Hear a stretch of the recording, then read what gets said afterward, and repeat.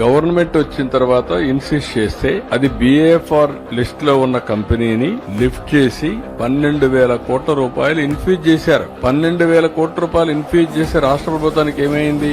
Current ఛార్జీల బకాయిలన్నీ కూడా 2,000 కోట్ల పైన ఈక్విటీ కింద కన్వర్ట్ చేశారు. అది కూడా ఎప్పుడో ఇస్తామని. ప్రాపర్టీ ట్యాక్స్ ఫర్గో అయ్యాం.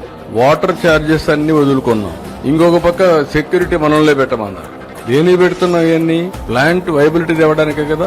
అక్కడ ఎవరో ఒకరు ఎవరు చెప్పారు, ఎవరు చెప్పలేదు. చెప్పకపోతే దాన్ని ఒక ఇష్యూ చేయాలని ఒక సీడ్ ఒకటేస్తాం. ఆ సీడ్ వేసేది మానేయాలి. ఎవరైనా సరే మీ అందరూ అడుగుతున్న ఒకటే మాట, 12,000 కోట్లు పెట్టారా లేదా? బికాస్ ఆఫ్ గవర్నమెంట్ అవునా కాదా? అది డబ్బులు అవునా కాదా?